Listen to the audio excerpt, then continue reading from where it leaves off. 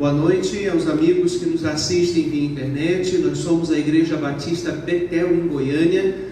Você pode acessar o nosso site para ter mais informações, igrejabatistabethel.org. E aqui na nossa página do Facebook também temos sempre postado pregações, estudos e outros conteúdos também. E eu convido os irmãos a nós fazermos a leitura de Lucas, capítulo 10, dos versículos 38 a 42. Diz assim a palavra do Senhor.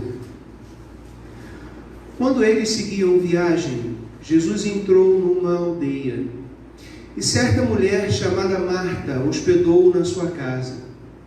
Marta tinha uma irmã chamada Maria, que, assentada aos pés do Senhor, ouvia o seu ensino. Marta agitava-se de um lado para o outro, ocupada em muitos serviços. Então, se aproximou de Jesus e disse: "O Senhor não se importa com o fato da minha irmã ter deixado que eu fique sozinha para servir? Diga-lhe que venha me ajudar." Mas o Senhor respondeu: "Marta, Marta, você anda inquieta e se preocupa com muitas coisas, mas apenas uma é necessária. Maria escolheu a boa parte, e essa não lhe será tirada." Amém. Oremos. Pai querido, fala conosco nessa noite, Senhor. Queremos ouvir a Tua doce voz ao nosso coração, dirigindo, Senhor, a nossa mente, os propósitos que o Senhor tem para as nossas vidas, mas sobretudo, Senhor, desejosos de que possamos entender cada vez mais a Tua palavra, para que possamos seguir a verdade e não as intenções do nosso coração. Para isso nós precisamos de graça e Te agradecemos pelo Espírito Santo enviado à terra. Nós assim oramos em nome de Jesus. Amém. Final de ano, muita correria, muita agitação, momento de nós termos uma palavra mais simples que nos ajude a realinhar e absorver aquilo que Deus tem para as nossas vidas. O mundo nos ensinou, irmãos, que temos que viver sempre animados. O Augusto Cury tem um livro chamado A Ditadura da Beleza, escrito para as mulheres, onde diz que o mundo obriga as mulheres a serem belas o tempo inteiro. E eu pego emprestado esse título e digo que o mundo também tem a ditadura da alegria. Você tem que estar sempre alegre, tem que estar tudo bem, as coisas têm que estar sempre perfeitas, o seu casamento tem que estar sempre maravilhoso, os seus filhos estão ótimos, o seu emprego vai de vento em popa, o seu orçamento está sob equilíbrio, está tudo certo e maravilhoso. Quando o outro lado da verdade, da moeda, nós sabemos que não é bem assim. A verdade é que todos passam por altos e baixos e passam por dificuldades, seja em que área for. Todavia, o mundo nos diz que temos que estar sempre motivados, animados. A ênfase está no estado das emoções. Se você estiver bem, se sentindo motivado, pronto, não precisa mais nada. Você consegue encarar e resolver os problemas. O mundo também ensinou que temos que estar sempre usando o intelecto e as habilidades naturais, porque dependemos delas para tudo. Se você tiver uma cabeça, braços e pernas, pronto. Você está independente desse mundo. É só o que você precisa. Tem um jargão que é dito na televisão que precisamos de saúde e paz. O resto a gente corre atrás. Como se de fato tudo dependesse da capacidade humana, seja intelectual ou seja física. E o mundo também ensinou que precisamos estar sempre em ação, porque é a única maneira de atendermos às nossas necessidades e conquistarmos as coisas que precisamos. Só que veio o pior. A igreja aprendeu tudo isso. A igreja assimilou todos esses ensinos. E a minha pergunta é: por que a igreja não aprende com a palavra de Deus, aos pés de Jesus, para compreender a diferença, os limites com as coisas do mundo e que o mundo, como ele enxerga e para qual propósito ele usa cada capacidade e habilidade humana? Nós não podemos inventar para nós, discípulos do Senhor, um propósito de vida.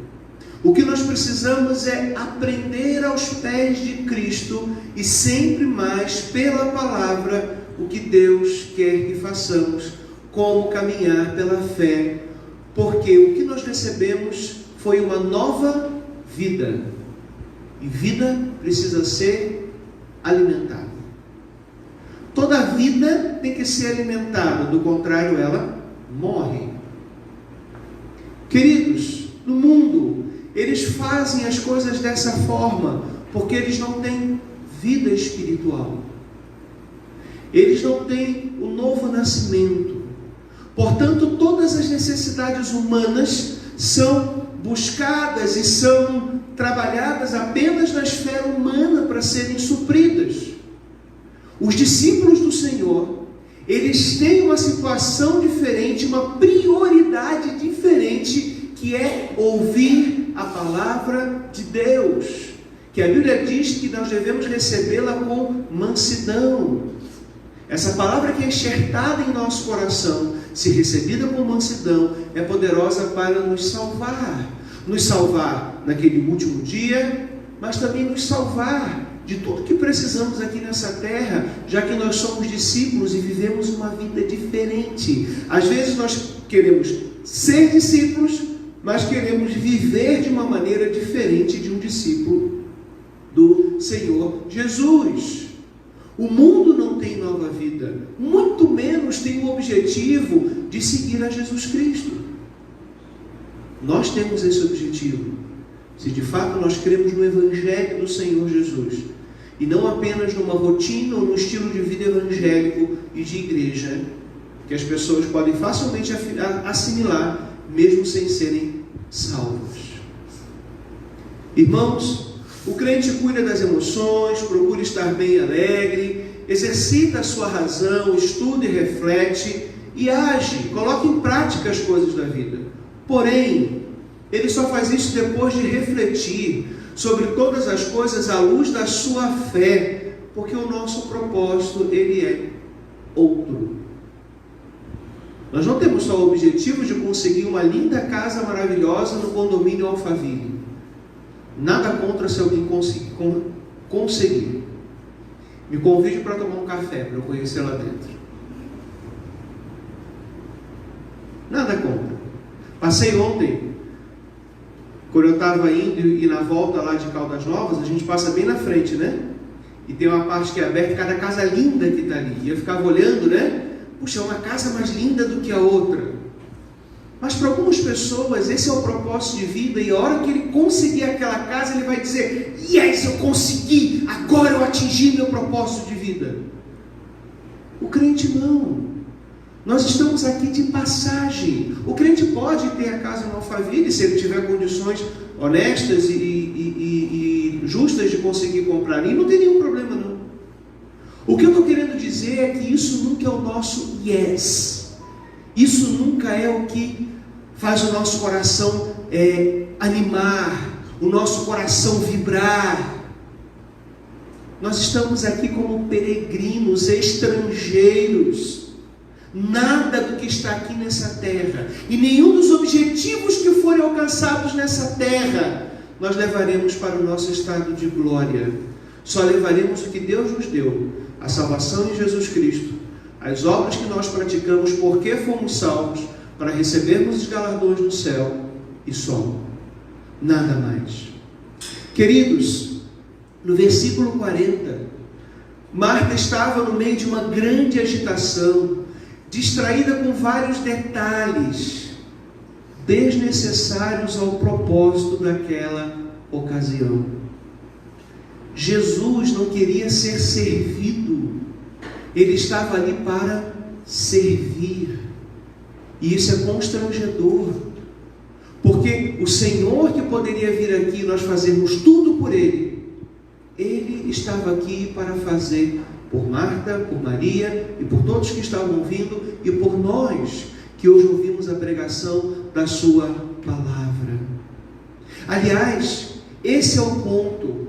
Marta estava sem um propósito. A única coisa que ela precisava era manter uma atitude de adoração ouvindo com a mente, o coração aberto às palavras de Jesus.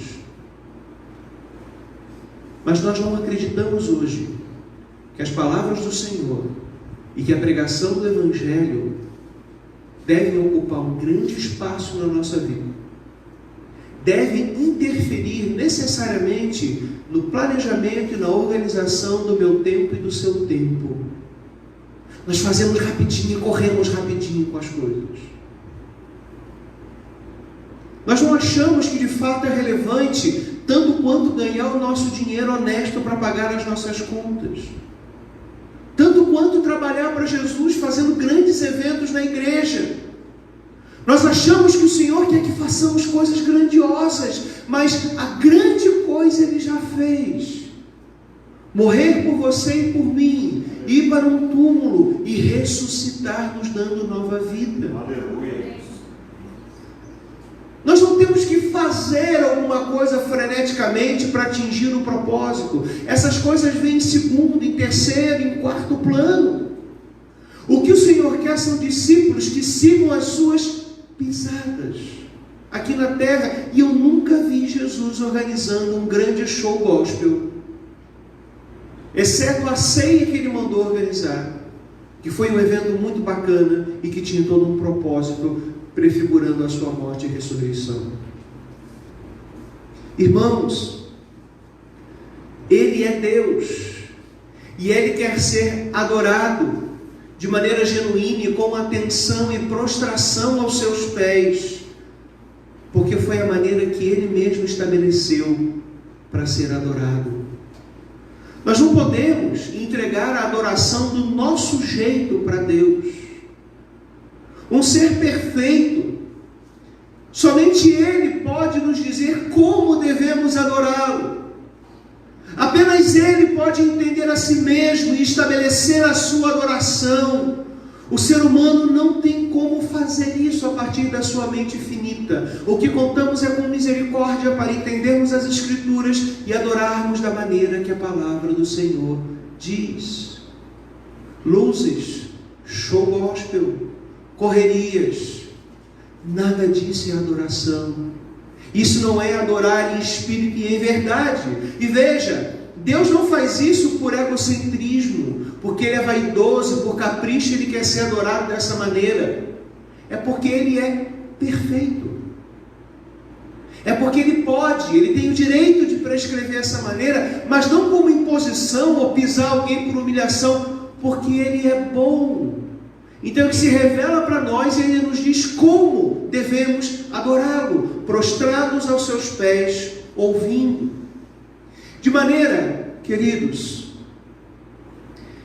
que tentar como discípulos, individualmente ou coletivamente, a igreja, fazer um monte de coisa para o Senhor, jamais vai atingir o alvo, a não ser quietar e ouvir aos pés de Cristo.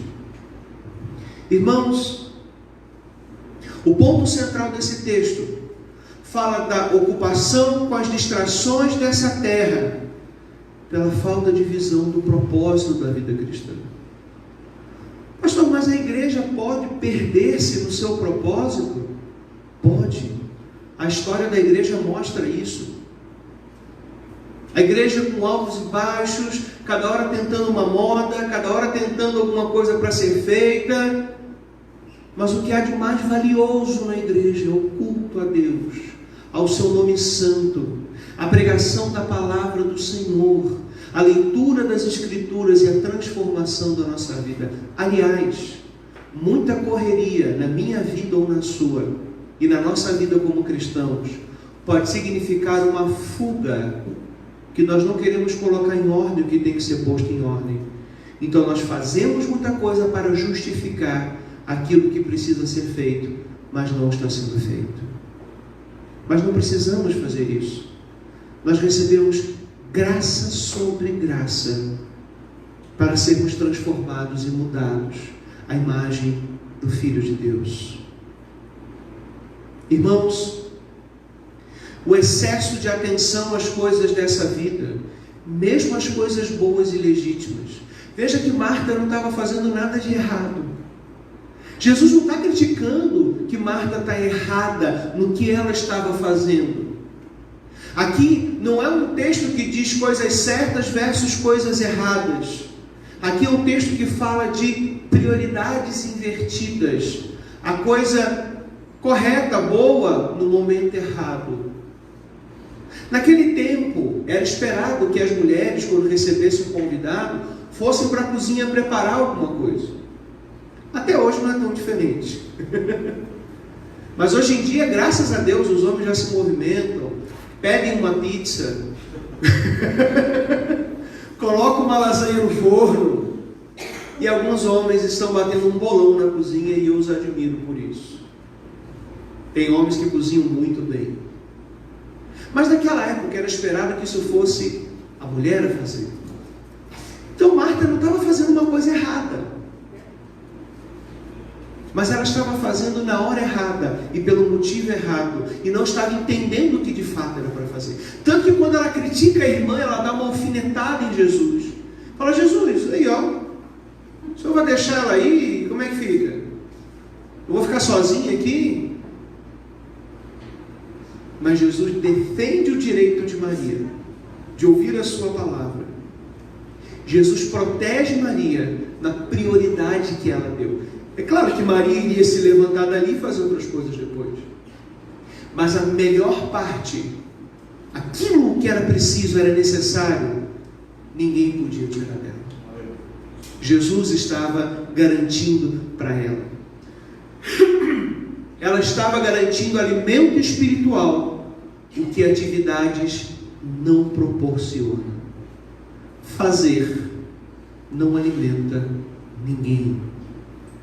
Somente as Escrituras são suficientes para fazer isso. Em João 11,5 diz assim: ora, Jesus amava Marta e a irmã dela e também Lázaro. Veja, Jesus amava Marta. Jesus não está recriminando Marta. Jesus está cuidando de Marta e dizendo: Marta, Marta, vem para o lado bom, vem para o que é preciso e necessário. Queridos, Jesus quer ser ouvido pela sua igreja durante todo o tempo em que estivermos aqui na terra. Jesus está falando o tempo inteiro. Ontem, lá no retiro de casais em Caldas Novas, uma irmã veio conversar comigo no final. E aí conversamos e tal, de que igreja você é e tal. Ela falou: pastor, eu estou, não me lembro agora, não sei quanto tempo na fé. E teve uma época que eu saí porque eu queria algumas experiências diferentes. Mas depois eu vi o seguinte, que Deus falava o tempo todo comigo, só que eu não ouvia. Deus fala abundantemente, mais do que você e eu possamos captar, mas nós não ouvimos, porque nós estamos aos seus pés, quietos, adorando. A sua vida espiritual não pode ser tratada no parâmetro da sua vida profissional, por exemplo, onde você deve ter desempenho, aperfeiçoamento e etc. O serviço cristão, sim, ele deve crescer em qualidade e excelência. Todavia, a vida espiritual, ela deve ser uma vida mansa e calma, onde nós nos alimentamos do Senhor. Por quê? Porque a salvação do início ao fim é pela graça, por meio da fé. A fé vem por ouvir. E a palavra diz que o justo viverá pela fé. E esse viverá pela fé significa que você vai estar constantemente alicerçado, confiante, debruçado, apoiado no que Jesus fez por você. Portanto, você vai ter aquilo que diz Romanos 8:1, paz com Deus. Paz com Deus. Viver pela fé é que você não precisa fazer alguma coisa para reparar o seu mal, o seu pecado diante de Deus. Você não precisa corrigir, você não precisa compensar. O ser humano trabalha muito com compensação. Viver pela fé significa que você continua confiando no que Jesus fez. E a maneira de você continuar confiando no que Jesus fez é ouvindo Jesus. Como foi no início da sua caminhada cristã. Como foi no início da jornada. O justo viverá pela fé. Não por experiências, não por visões, embora essas coisas sejam possíveis, sem nenhum problema, mas isso não é a essência do cristianismo. Queridos, sua vida está difícil, suas lutas estão grandes, os problemas cada vez mais complexos. A solução que os incrédulos veem para isso é você fazer mais. Você ir para a cozinha, pegar o pano de prato, o tacho de cobre, colocar o melado, mexer. É você amassar a massa do pão como Marta. Não sei se era isso que ela estava fazendo, mas hipoteticamente. É trabalhar e é fazer. Resolva os seus problemas. Dê um jeito naquilo que você precisa. Amados, o cristão não tem isso como toda a parte a ser feita. Você faz a sua parte, você assume a sua responsabilidade, você cumpre o que você tem que fazer, estudar, trabalhar, abrir mão de lazer para se preparar para a vida, seja o que for. Mas essa não é toda a parte. Tem outra parte que o ímpio não tem, que é a boa parte. A única coisa que é necessária, que vem antes, que é ouvir Jesus. O ímpio não tem essa parte. Por isso não vá se espelhar na vida daqueles que não têm o Espírito Santo. Não vá se espelhar na vida daqueles que resolvem as coisas sozinhos. Puxa, mas ele consegue dar conta de tudo, mas quem disse que ele está no caminho de Deus? Não, mas ele resolve tudo, mas quem disse que ele está indo para o céu? Minha vida e a sua tem que ser pautada nessa nota, nesse tom. E a música tem que ir até o fim. Da mesma maneira. A gente mistura. A gente vai caminhando desafinado na jornada cristã. Ao invés de confiarmos no Senhor e ouvir primeiro a sua palavra. A solução do Evangelho para as lutas da vida é cumprir a sua parte na responsabilidade, mas ouvindo primeiro o Senhor. Para quê? Para que você tenha fé e descanso em Deus. Descanso em Deus. Nós estamos no meio de uma vida de pessoas angustiadas, atribuladas, sem norte, sem rumo, tirando a vida, entrando em depressão. Exceto se for um problema químico de saúde, tem gente entrando em depressão por desespero mesmo. Porque não tem a boa parte, e nós temos. O que a gente precisa fazer é corrigir o curso como Marta e nos espelharmos em Maria. Pastor, mas eu fui Marta em muitos momentos, agora eu estou errado, Deus não vai me ajudar, Deus não vai me corrigir, eu tenho que tentar compensar de alguma coisa. Não, você só tem que parar e ouvir para ter fé. Pastor, Jesus não está aqui na terra, não tem como ir aos pés dele agora. Tem. Ele providenciou a sua revelação e a sua mensagem. Estar aos pés significa submissão, ter um coração humilde. Não literalmente, necessariamente estar aos pés. Claro que se ele estivesse aqui, todos estaríamos lá. Mas ali Maria simboliza humildade, disposição. E outra coisa, deixar as panelas, deixar as outras coisas, para estar ouvindo como a parte mais importante. Queridos, muitos problemas da vida não serão resolvidos por meio de uma mágica ou uma oração. Quando eu estava dirigindo ontem, em direção ao Caldas Novas, eu fui orando. E eu comentei lá para os casais na pregação, eu vou comentar com vocês. Em dado momento, no meio do caminho para frente, eu falei: Senhor, perdoa o teu povo. Nós transformamos a oração numa solução mágica. Nós queremos orar e querer receber já alguma resposta. E sabemos que muitas vezes influenciados pelos programas de televisão que se dizem evangelistas, onde você faz a sua oração, dá a sua ordem e já dá o testemunho da coisa resolvida. Pelo amor de Deus, a vida não é assim. Aquilo é para dar ibope, é outra coisa. A televisão vive de ibope, o crente vive pela fé. Tem lutas e males que você vai atravessar que pode durar anos na sua vida. Anos. Um relacionamento difícil, um problema com o filho, com o marido, com o cônjuge.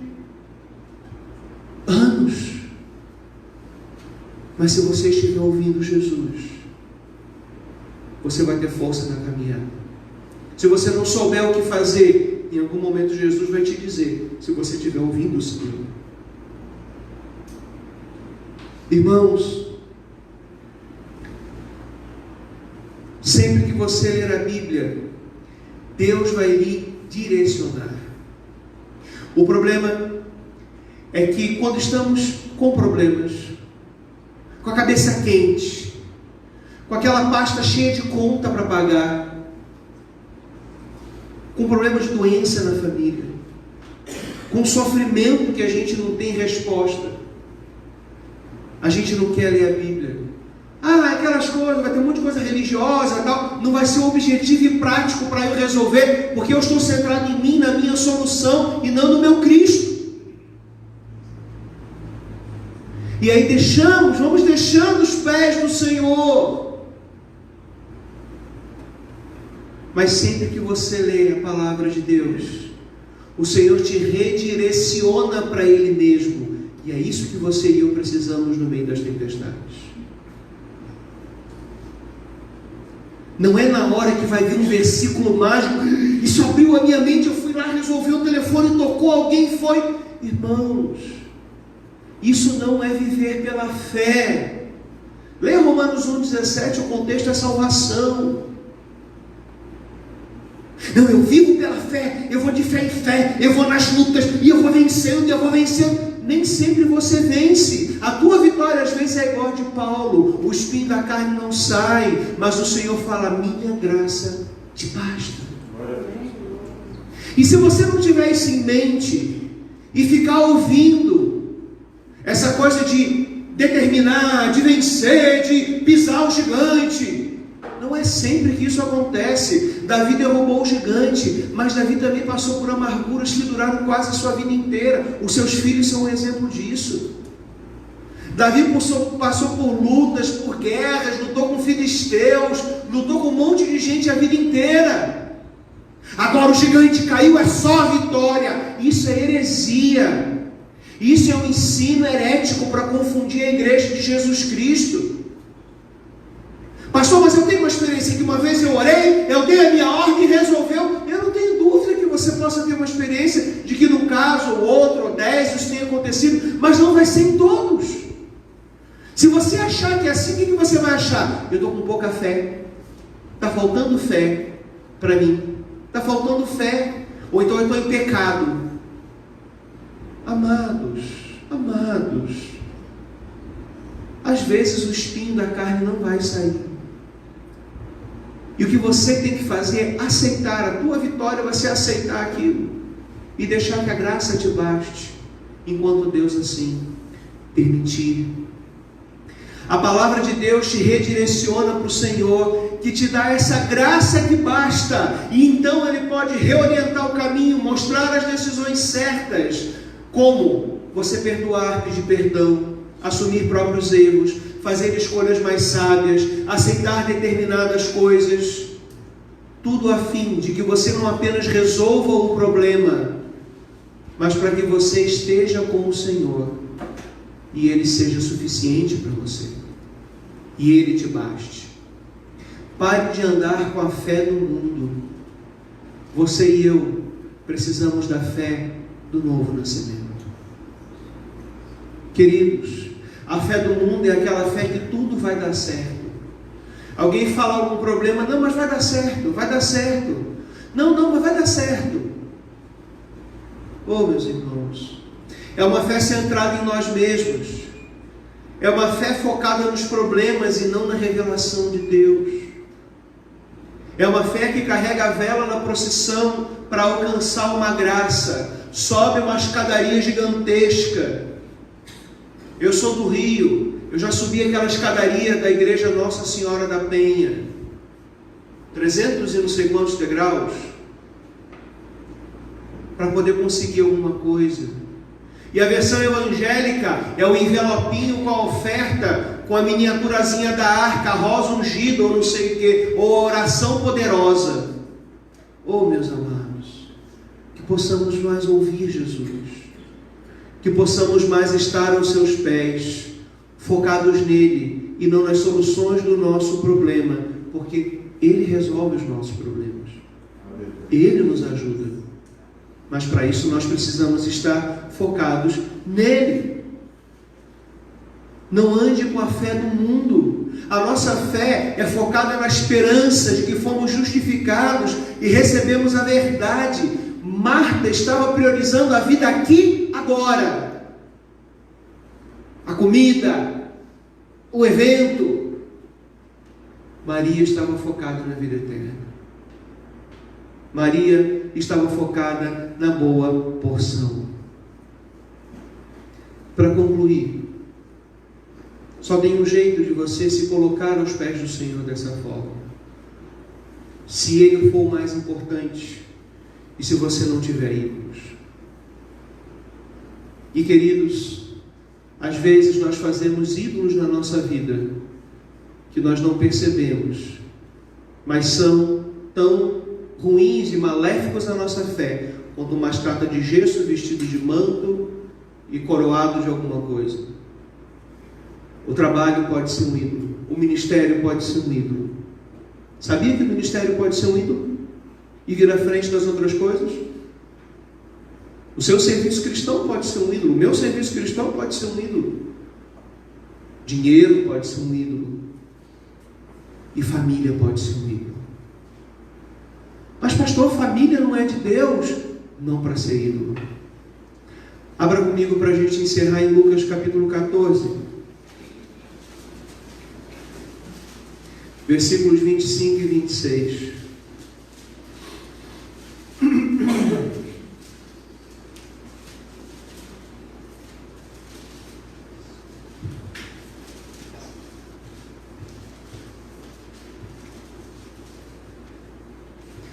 Grandes multidões acompanhavam Jesus, e ele, voltando-se, lhes disse: se alguém vem a mim e não me ama mais do que ama o seu pai, a sua mãe, a sua mulher, os seus filhos, os seus irmãos, as suas irmãs e até a própria vida, não é possível.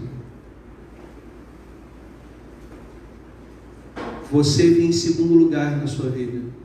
Em primeiro vem Jesus. Seus filhos não podem ser um ídolo na sua vida, por mais que você se preocupe com eles. Seu casamento, seu cônjuge não pode ser um ídolo na sua vida, por mais que você ame e seja fiel ao seu marido ou à sua esposa. Cristãos, nossa vida de Marta às vezes pode estar dentro de casa, pode estar no emprego.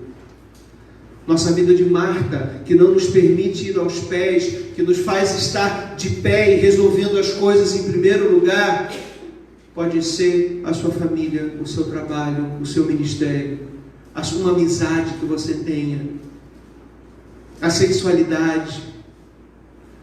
Tudo me é lícito, mas nem tudo me convém. Nós precisamos ter um amor menor ao nosso marido ou esposa, um amor menor aos filhos, um amor menor aos irmãos da igreja, um amor menor ao nosso trabalho, para que a primazia seja Jesus e a sua palavra. Nós temos que ter um amor menor a nós mesmos do que a Jesus, o Filho de Deus. Irmãos, Jesus não queria um banquete maravilhoso. Talvez uma refeição normal bastava. Jesus estava preocupado em dar a palavra. Jesus quer ser escutado. Mais tarde, Maria, que estava aos pés do Senhor, um pouco antes da sua morte, ungiu os pés do Senhor. Foi essa Maria que foi lá ungir os pés do Senhor e enxugar com seus cabelos. Aquela palavra foi poderosa na vida dela. Ela manteve a música numa nota só, ou num tom só. Numa nota não, mas num tom só. Ela manteve a sua vida espiritual afinada. E a Bíblia diz que a sua história seria contada em todos os lugares onde o Evangelho foi anunciado. E veio parar na Bíblia Sagrada. Irmãos, Marta e Maria representam dois estilos de vida. Representam talvez dois tipos de igreja. Representam dois tipos de discipulado. Precisam trocar os eventos pelo discipulado como parte principal. A igreja precisa trocar as atividades pelo discipulado como estilo de vida. Que o Senhor carregue as nossas ansiedades e remova as nossas desatenções, para que possamos ser encontrados aos seus pés ouvindo, e também ungindo, e também adorando. Ouvir nos ajuda a prestar uma adoração melhor. E isso deve ser o centro da minha vida e da sua vida. Reorganize o seu calendário, colocando em primeiro lugar os pés de Jesus. Que assim o Senhor faça pela graça. Em nome de Jesus. Amém. Amigos da internet, Deus abençoe a sua vida. Se você estiver aqui ao redor, faça-nos uma visita. Vai ser uma alegria estar com você. Se não, procure uma igreja que pregue a palavra de Deus. Não procure uma igreja perto da sua casa. Procure uma igreja perto da Bíblia, para que você faça algo útil e relevante pela fé, de verdade, e não se engane. Que Deus te abençoe. Um grande abraço. Até mais. Oremos, irmãos.